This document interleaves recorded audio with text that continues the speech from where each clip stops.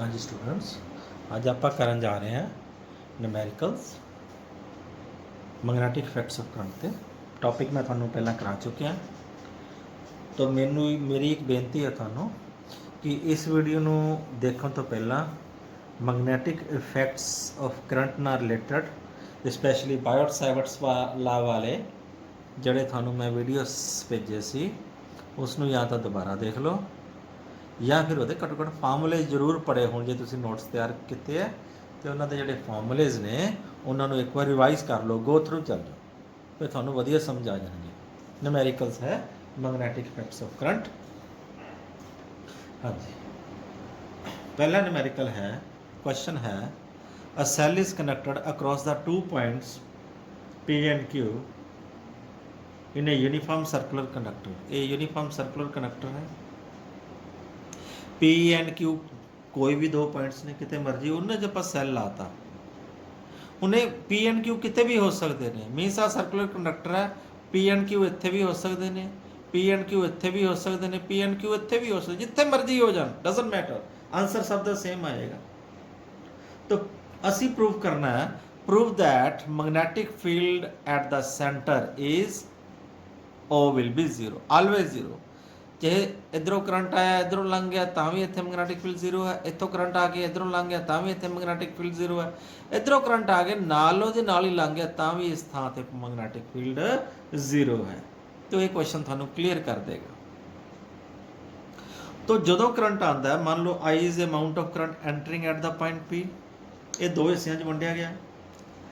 I1 PRQ portion, क्योंकि ये की है स्मॉलर लेंथ पोर्शन है तो यदि बच्चों रेजिस्टेंस स्मॉलर होएगी।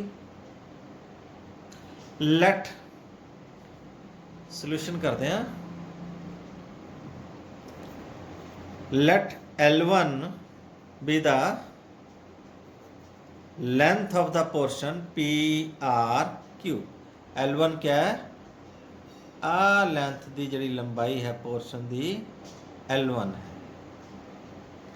हाँ जी, x क्या देता है? Let x given is resistance per unit length. Means इस सर्कुलर कॉइल दी रेजिस्टेंस है x per unit length. Then what will be the resistance of PRQ? लेट resistance of wire PRQ R1 क्या होएगा? L1 इंटू एक्स, क्योंकि x resistance है per unit length, उस wire की रेजिस्टेंस की लंबाई कितनी है? L1। तो L1 नू मैं x ना गुना कर सकता, ये आ जाएगा resistance of the PRQ wire. तो उहदे जो करंट कितना फ्लो कर रहा है? I1, and I1 is the current flowing, ठीक है। I1 is the current flowing through PR1। तो what is potential difference? Potential difference across R1 V is equal to I1 into R1, V is equal to IR, Ohm's law के अनुसार। Means I1 into R1 की value क्या है?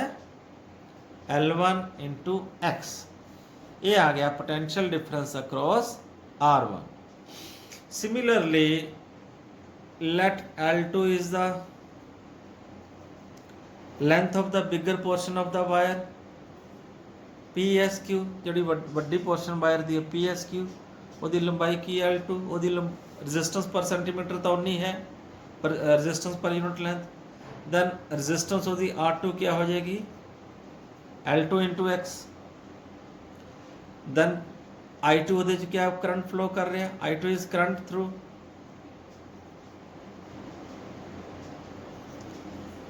R2। Then potential difference across R2 क्या हो जाएगा? I2 into R2, means I2 into L2 into x. हुण क्योंकि यह R1 ते R2 जड़ी रेजिस्टेंस है, आ R1 है ਤੇ ਆ R2 ਹੈ ਜਿਹਦੀ ਲੈਂਥ ਹੈ L2, ਇਹ ਆਪਸ ਪੈਰਲ ਚ ਲੱਗੇ ਨੇ, ਪੈਰਲ ਦੇ ਵਿੱਚ ਇਹਨਾਂ ਦਾ ਪੋਟੈਂਸ਼ੀਅਲ ਡਿਫਰੈਂਸ ਸੇਮ ਹੋ ਜਾਏਗਾ।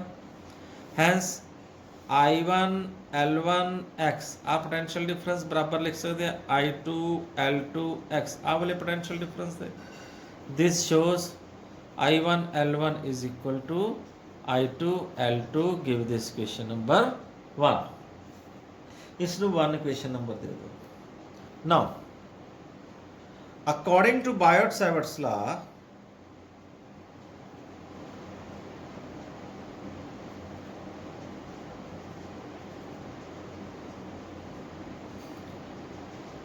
ਕੀ ਦੱਸਿਆ, magnetic field at the point O due to PRQ B1 क्या हो जाएगा, mu not upon 4 pi I1 L1 into sine of 90 degree, क्योंकि करंट एलीमेंट इधर ਨੂੰ ਹੈ ਤੇ R इधर ਨੂੰ ਹੈ ਤੇ ਇਹਨਾਂ ਦੋਨਾਂ ਦੇ ਵਿੱਚ ਐਂਗਲ 90 डिग्री ਦਾ ਹੋ ਜਾਏਗਾ, अपॉन रेडियस ਦਾ ਸਕੁਅਰ साइन 91 ਹੁੰਦਾ, राइट। तो B1 की वैल्यू क्या आ जाएगी, mu not upon 4 pi I1 L1 upon R square. यदि डायरेक्शन किधर ਨੂੰ हो जाएगी, according to right hand thumb rule. देखो I1 इधर ਨੂੰ है तो अंगूठा उत्ते नहीं शो करता, तो डायरेक्शन हो जाएगी यदि vertically outward direction, vertically outward direction. इसनों इक्वेशन नंबर 1 दियो ना, इनू 1 दिता तो इसनों 2 दे दो। Similarly Biot Savart's law, magnetic field due to the PSQ पता करते हैं B2, उसकी वैल्यू क्या हो जाएगी, mu not upon 4 pi I2 L2, ਉਹਦੇ करके भी साइन 90 होएगा, अपॉन रेडियस का स्केयर है साइन 91 होता, मीनस वैल्यू आ जाएगी mu not upon 4 pi I2 L2 upon R square. ਇਹਦੀ डायरेक्शन किधर ਨੂੰ हो जाएगी, वर्टिकली इनवर्ड डायरेक्शन। क्यों, क्योंकि इधर करंट इस तरह इस एंटी क्लॉकवाइज डायरेक्शन फ्लो कर रहे थे, सेंटर च magnetic field right hand thumb rule के ना ही थले ਨੂੰ आ जाएगी। इक्वेशन नंबर 1 की करती है, I1 L1 बराबर है I2 L2, क्योंकि इधर मतलब I1 L1 जो I2 L2 के बराबर हो गए, B1 and B2 must be equal. ਇਹਦਾ मतलब B1 and B2 must be equal, एक ऊपर ਨੂੰ एक हेठा ਨੂੰ है। हैंस नेट मैग्नेटिक फील्ड क्या प्रूफ होगी, hence net magnetic field at O is equal to 0, hence proof. समझ आ गया जी। ये याद रखियो कि करंट जदों भी इस तरह अद्धा करंट उत्तों लंघ गए या कुछ पोर्शन करंट इधरों लंघ गए, कुछ इधरों लंघ जाओ या ऐ लंघ जाए, जिदा मर्जी लंघ गए, तो सेंटर दे विच हमेशा ही मैग्नेटिक फील्ड की वैल्यू 0 लैनी है। ओके, चलो अगला क्वेश्चन आप करते हाँ, अपने को न्यूमेरिकली बुक्स तो ले रहे थोड़े रैफरेंस बुक्सों। क्वेश्चन दिता है बच्चों, एक इलैक्ट्रिक करंट है of I ampere as shown in the figure in a long conductor CG। एक CG एक लॉन्ग करंट कैरिंग कंडक्टर है। हुण उत्थे इस डायरेक्शन इथों D तो F करंट फ्लो कर गया, तो आ एक सर्कुलर कॉयल है ऑफ रेडियस R, ये करके करंट इथों भी है सर्कुलर फ्लो कर रहा है, एंटी क्लॉकवाइज डायरेक्शन इत्थे भी करंट फ्लो कर रहे हैं। तो क्वेश्चन है find the magnetic field, find the magnitude and direction of magnetic induction at the point O। मतलब ये दो होंगे, due to straight current carrying conductor of infinite length and due to दूजा केस है due to current carrying circular coil at the centre of the current carrying circular coil. हुण दो case आप solve करने हैं। Magnetic field at the point P, solution क्या होएगा इसका, magnetic field at the point P at the point O will be is equal to magnetic field at the O due to straight current carrying conductor CG of infinite length, okay, plus magnetic field at the O due to circular coil। circular coil ਨੂੰ ਦੇ ਦਿੰਦੇ ਆਪਾਂ DEF नाम, DEF नाम। हाँ जी, दोनों magnetic field due to CG का फार्मूला लाने बच्चों, यदि डेरिवेशन थानू की हुई है म्यू नॉट अपॉन 4 पाई 2I/r जो दोनों एंड्स इन्फिनिटी ते ने C and G are at infinite length तो O ते आ डिस्टेंस R हो जाएगा ना परपेंडिकुलर डिस्टेंस के फार्मूला 2I/r ਇਹਦੀ डायरेक्शन भी लिखांगे देखो करंट इस डायरेक्शन जा रहा है सज्जा हाथ O पॉइंट वाल उंगल खोली उंगला ऊपर ਨੂੰ ਮੁੜਦੀਆਂ ਇਹਦਾ मतलब BCG ਦੀ डायरेक्शन आउटवर्ड होएगी वर्टिकली आउटवर्ड ਹੁਣ direction of magnetic field at the O due to DEF ਇਹ ਸਰਕੂਲਰ ਕੋਇਲ ਦਾ ਫਾਰਮੂਲਾ ਲਾਵਾਂਗੇ ਇਹਦੇ ਚ ਉਹਦਾ ਫਾਰਮੂਲਾ ਹੈ μ0/4π 2πI/r ਇਹਦੀ ਡੈਰੀਵੇਸ਼ਨ ਵੀ ਕੀਤੀ ਹੈ ਸਰਕੂਲਰ ਕੋਇਲ ਦੀ ਇਹਦੀ ਡਾਇਰੈਕਸ਼ਨ ਲਾਣੇ formula right hand thumb rule ਬੱਚੋ ਸਰਕਲ ਕਰੰਟ ਸਰਕਲ ਚ ਘੁੰਮਦਾ ਉਂਗਲਾਂ ਉਵੇਂ ਮੋੜੀਆਂ clockwise sorry anti clockwise direction उंगला उसी तरह मोड़ रहे एंटी क्लॉकवाइज डायरेक्शन तो यदि मैग्नेटिक फील्ड भी आउटवर्ड आ गई वो भी वर्टिकली आउटवर्ड वो भी वर्टिकल दोनों वर्टिकली आउटवर्ड आ गए तो नेट मैग्नेटिक फील्ड B0 पता करांगे दोनों ਨੂੰ जोड़ ਦਾਂਗੇ ठीक है जी इसलिए मैं पहले ही प्लस लिखता सी ए भी उत्ते ਨੂੰ आ गया ए भी उत्ते ਨੂੰ आ गया दोनों ਨੂੰ जोड़ ਦਿੰਦੇ ਆ μ0/4π कॉमन आ जाएगा दोनों ਚ ठीक है जी अंदर क्या रह गया 2I/r प्लस 2πI/r बस आंसर आ गया और भी 2I कटना 2I/r भी कॉमन कट सकते हो आ 2 ना 2 कट लियो ठीक है जी ਹੁਣ ਸੈਕੰਡ ਕੇਸ ਆਪਾਂ ਚੈੱਕ ਕਰਦੇ ਹਾਂ ਇਹਦੇ ਚ ਕੀ ਹੈ ਨੰਬਰਿਕਲ ਨੰਬਰ ਥਰਡ ਜੋ ਹੈ ਹੁਣ ਇਹਦੇ ਚ ਲੌਂਗ ਹੌਰੀਜ਼ੌਂਟਲ ਕੰਡਕਟਰ ਹੈ ਇਸ ਬੈਂਟ ਇਨ ਦਾ ਸ਼ੋਨ ਇਨ ਦਾ ਫਿਗਰ ਕਿ ਕਰੰਟ I ਪਾਸ ਕਰਦਾ ਹੈ ਇਸ ਤਰ੍ਹਾਂ कि पहला स्ट्रेट करंट कैरिंग कंडक्टर च गया फिर सर्कुलर कॉइल च गया फिर वापस फिर स्ट्रेट करंट कंडक्टर च गया हुण इहदे च भी दो केस आ जाएंगे magnetic field due to CG infinitely long straight current carrying conductor and due to a circular coil तो सब तो पहला मैग्नेटिक फील्ड पता करते हैं due to CG straight current carrying conductor formula तो वही लगेगा ऊपर जो लाया सी μ0/4π 2I/r डायरेक्शन भी सेम ही होएगी वर्टिकली आउटवर्ड आ करंट है ओ पॉइंट ते magnetic field right hand thumb rule दे राही ऊपर ਨੂੰ ਹੋਏਗਾ ਹੁਣ ਉਧਰ ਦੂਜੇ ਪਾਸੇ ਵਿੱਚ ਕਰੰਟ ਬਦਲ ਗਿਆ ਸਰਕੂਲਰ ਕੋਇਲ ਦੇ ਵਿੱਚ ਪਹਿਲਾਂ एंटी क्लॉकवाइज ही होने क्लॉकवाइज हो गया सेम क्वेश्चन ना डायग्राम से थोड़ा चेंज हो गया तो magnetic field due to DEF लिखांगे वैल्यूज कोई चेंजेस नहीं है जो पहला लिखा सी उमें लिखांगे μ0/4π 2πI/r लेकिन इस केस क्योंकि क्लॉकवाइज डायरेक्शन च magnetic field at the O due to circular coil की होएगा वर्टिकली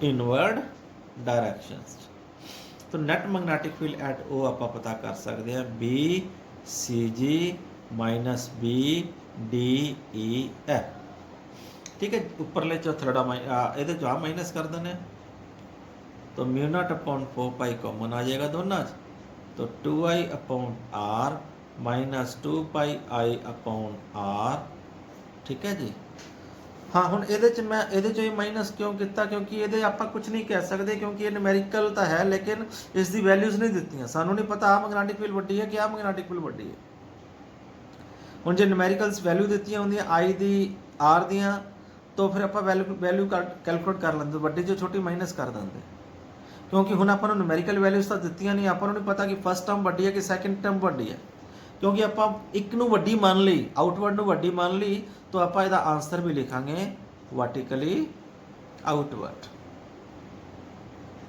ठीक है तो सेम आपां नूं न्यूमैरिकल वैल्यू दित्तियां हुण करंट दियां ते आर दियां फिर आपां न्यूमैरिकल वैल्यू कैलकुलेट करके फिर वड्डी जो छोटी घटा के वड्डी वाली डायरेक्शन आपां रिजल्टेंट मैग्नेटिक फील्ड दी लिख देवांगे ठीक है जी ये सी थर्ड न्यूमैरिकल हुण एक होर क्वेश्चन देखो जी क्वेश्चन है फोर्थ क्वेश्चन है कि straight a wire is shown in the figure carries A current I 60 ampere हुण वैल्यू दित्ती है न्यूमैरिकल वैल्यू 60 एम्पीयर दा करंट फ्लो कर रहा है wire they which determines the magnitude of magnetic field induction at the point O तो radius भी दिता है सानू 2 सेंटीमीटर ਹੁਣ ਇੱਥੇ ਨੂਮੈਰੀਕਲ ਆਪਾਂ ਸੋਲਵ ਕਰਨਾ। ਦੇਖੋ ਧਿਆਨ ਨਾਲ, ਇਹਦੇ 'ਚ ਵੀ ਉਹੀ ਕੇਸ ਆ ਗਿਆ, ਮੈਗਨੈਟਿਕ ਫੀਲਡ ਐਟ ਦਾ O, magnetic field due to straight current carrying conductor A B straight current carrying conductor है, प्लस उस तो बाद मैग्नेटिक फील्ड आ गया due to B C D plus magnetic field due to D E दे कर। बच्चों गल ध्यान दो, magnetic field due to straight current conductor A B की वैल्यू बराबर होएगी magnetic field due to D E, इन्हां दोहां की वैल्यू 0 हो जाएगी। कारण क्योंकि पी जिहड़ा ओ पॉइंट है जिथे मैग्नेटिक फील्ड फाइंड आउट करनी है वो कंडक्टर के एक्सिस के उत्ते आ गया, उस लाइन के उत्ते आ गया। तुहानूं स्पैशल केस कराया सी बायोट सैवर्ट्स लॉ दे विच स्ट्रेट करंट कैरिंग कंडक्टर के केस दे विच, जदों पी पॉइंट कंडक्टर के उत्ते चला जाए या फिर उसके एक्सिस के उत्ते आ जाए, फिर अपनी उत्थे मैग्नेटिक फील्ड इंडक्शन की वैल्यू 0 होंदी है, क्योंकि sine of phi 1 and phi 2 दोनों 0 हो जाता है। तो सिर्फ आ सर्कल रह गया। हुण आ एंगल 90 डिग्री दिता, तो बच्चों आ एंगल कितने डिग्री का हो जाएगा? 270 डिग्री का। तुहानूं ये भी केस कराया सी, जे कंप्लीट सर्कल है फिर आप लाने होने magnetic field at the centre mu not upon 4 pi 2 pi I upon r. 2 pi कादे वास्ते लाने हैं? फॉर कंप्लीट सर्कल, मीनस ये पूरा सर्कल 360 डिग्री का होंदा। जे अद्धा सर्कल है 180 डिग्री, जे ऐ करंट आया तो ऐ लंघ गया, आ 180 डिग्री का एंगल है, फिर इतने 2 पाई था तो पाई लिख दें। जे करंट ऐ आके ऐ लंघ जाता है, मीनस इत्थे सेंटर च 90 का कोण बनता, मीनस पाई बटा 2, इतने 2 पाई था तो पाई बटा 2 लिखांगे। लेकिन हुण अपना 270 डिग्री का एंगल है, 270 डिग्री होंदा 3 पाई बाई 2। तो magnetic field B C D की वैल्यू क्या हो जाएगी? म्यू नॉट अपॉन 4 पाई, इत्थे एंगल लिखांगे 3 पाई बाई 2 पाई था ते आई अपॉन आर। वैल्यू पुट करनी है यदि 10⁻⁻7, 3 बाई 2 इंटू पाई की वैल्यू 22/7। आई कितना सी 60 एम्पीयर, आर कितना सी 2 सेंटीमीटर। आर बच्चों दिता सानू 2 centimetre, mean 0.02 metre, 0.02 value. Solve करांगे, ठीक है जी, सोल्व कर लांगे। सोल्व करके जो वैल्यू आ गई वो मैं थोड़ा आंसर च लिख देना। इसकी वैल्यू आ जाएगी 1.414 इंटू 10⁻³ टेस्ला। इन्हें सोल्व कर ले, सोल्यूशन रह गया। ठीक है बच्चों, एक होर क्वेश्चन तो बेटा जिन्ने मर्जी कर लो, उन्ने थोड़े। मैं कुछ क्वेश्चंस ले ने, मैं नहीं फिर कहता कि ये इंपॉर्टेंट है। इंपॉर्टेंट सर न्यूमेरिकल कोई इंपॉर्टेंट नहीं होंदा, डेरिवेशन आर्टिकल टॉपिक्स इंपॉर्टेंट होंदे ने, लेकिन एक्सरसाइज कोई conceptual short answer very short answer कोई भी चीज़ इंपॉर्टेंट नहीं होंदी। ये सारे ही करने होंदे ने, तो सारे ही इंपॉर्टेंट होंदे ने। ये तुसीं जिन्ने हथ नाल सोल्व करोगे उन्ना ही तुहानू बैनीफिट होएगा। मैं जिन्ने मर्जी कराई जावां तुहानू कोई बैनीफिट नहीं होना। ठीक है जी। तो एक लास्ट क्वेश्चन आप एक होर ले लेने। एक क्वेश्चन दिता है, एक वायर है PQRS P form by joining the 2 semi circular wire. मतलब एक वायर को इस तरह बना लिया कि 2 semi circular coils of radius R1 R2, जिवें तुहानू डायग्राम च शो हो रहा है। तो आप सेंटर के विच मैग्नेटिक फील्ड पता करनी। ठीक है जी, we have to find the magnetic field at the centre. Let's derive it. देखो ये नाम दे देने, एक आह क्यू है, आर है, PQRS, आ सी भी नाम दिता। इत्थे नाम लिख दो ए, इत्थे नाम लिख दो बी।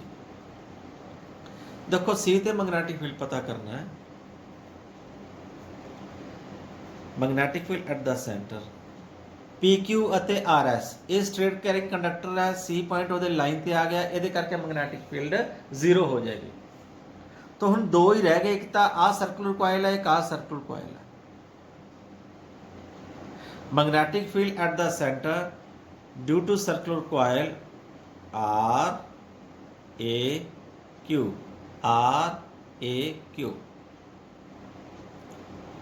ठीक है जी। पहला यदि मैग्नेटिक फील्ड पता करते हैं, आर ए क्यू, फार्मूला ला रहे हैं म्यू नॉट अपॉन 4 पाई, एंगल क्योंकि सैमी सर्कुलर कॉइल है 180 डिग्री का होएगा, तो 2 पाई थां ते पाई लिखांगे, pi I upon R, pi I upon R, R R की थां ते लिखिया अपने कोल कैपिटल आर वन। ਹੁਣ ਨਾਲ ਇਹਦੀ डायरैक्शन भी देखांगे, right hand thumb rule, current ਐ फ्लो कर रहा, डायरैक्शन आएगी वर्टिकली आउटवर्ड। ਹੁਣ दूजी मैग्नेटिक फील्ड है at the centre due to P B and S, P B S formula लगा रहा मैं ਉਹਦਾ म्यू नॉट अपॉन 4 पाई, और भी सैमी सर्कुलर है, पाई आई अपॉन ਉਹਦਾ रेडियस R2 है। ਹੁਣ ਉਹਦੀ डायरेक्शन आएगी, करंट क्लॉकवाइज हो गया, वर्टिकली इनवर्ड।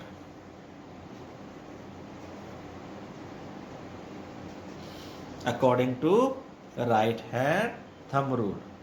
तो नैट मैग्नेटिक फील्ड मैं लिखन जा रहा, ध्यान दो माड़ी जी गल, इत्थे सोचन वाली गल ये है, net magnetic field at the centre मैं लिखांगा B R A Q minus B P B S, मतलब छोटी वाली कोयल का मैग्नेटिक फील्ड चो वड्डी वाली कोयल का मैग्नेटिक फील्ड माइनस करना। इत्थे मैनू क्लीयर है कि आ वाली मैग्नेटिक फील्ड वड्डी होएगी इस नालों। उसका कारण क्यों है? क्योंकि करंट दोनों च सेम है, क्योंकि मैग्नेटिक फील्ड होंदी है इनवर्सली प्रोपोर्शनल टू रेडियस।